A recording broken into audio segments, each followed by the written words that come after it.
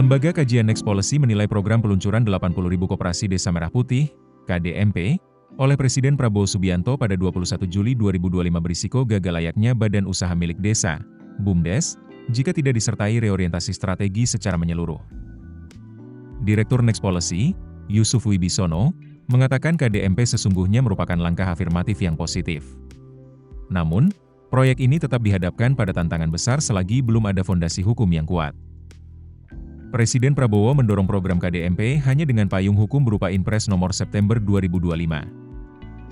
Tanpa undang-undang koperasi yang baru, dukungan politik dan fiskal terhadap koperasi akan terus minim.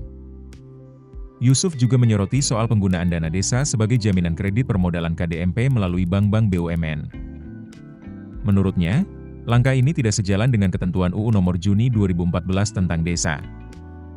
Penggunaan dana desa sebagai jaminan kredit koperasi bukan hanya tidak elok, tapi juga berisiko tinggi secara hukum. Dana desa seharusnya tidak boleh dijaminkan untuk entitas yang bukan bagian dari struktur keuangan desa.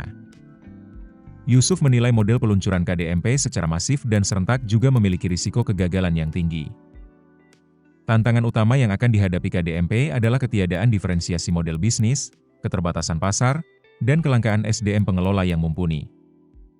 Potensi tumpang tindih KDMP dengan usaha yang sudah ada di desa seperti BUMDes, toko kelontong, maupun minimarket sangat besar. Dalam kondisi seperti ini, KDMP akan sulit mencapai skala ekonomi yang efisien. Yusuf juga menegaskan bahwa pengalaman 10 tahun pengembangan BUMDes harus menjadi pelajaran penting.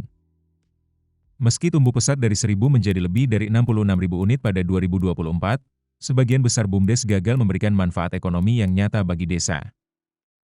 Ia menyarankan agar pemerintah mengembangkan KDMP secara bertahap dan berbasis sektor strategis seperti hilirisasi pertanian, peternakan, dan perikanan.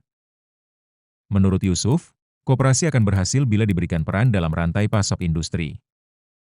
Yusuf mengajak pemerintah untuk memberi ruang lebih besar kepada koperasi dalam sektor hilirisasi pertanian dan peternakan yang selama ini didominasi korporasi. Koperasi layak diberi hak eksklusif di sektor-sektor itu, agar kesejahteraan petani dan peternak rakyat benar-benar terwujud.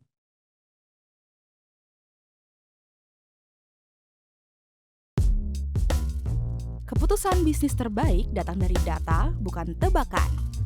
Mudah berlangganan Business Insight dengan subscribe with Google.